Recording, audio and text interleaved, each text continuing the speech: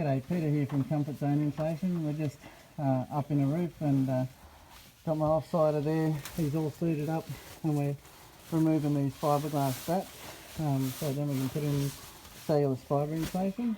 And I just wanted to show you something. We've got these suits on because fiberglass is really itchy and terrible stuff to work with.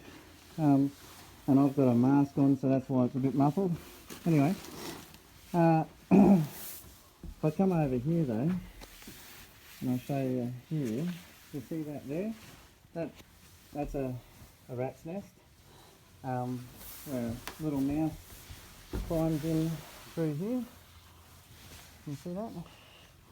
And he burrows in there, into the fiberglass. Right? So that's one there. There's another one here. Little burrows in there, little burrows in there.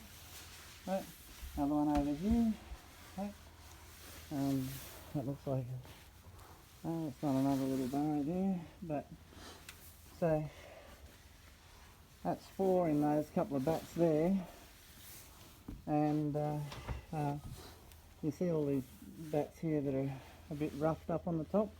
That's rats that have been digging around in it, and we'll probably find some really big nests in this roof. But fiberglass bats are notorious for getting rats into them. Right. And these bats here, you can see all the yellowing there. That's all from urine from rats, right?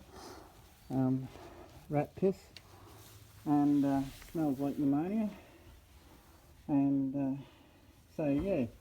Anyway, I've never ever seen them do that in cellulose fibre, but some rat droppings and stuff there. Alright, no worries.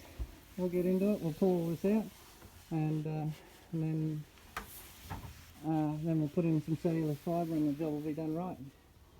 It wasn't working anyway because they had all these gaps here all over the roof, and all up that into the roof hasn't even been done. So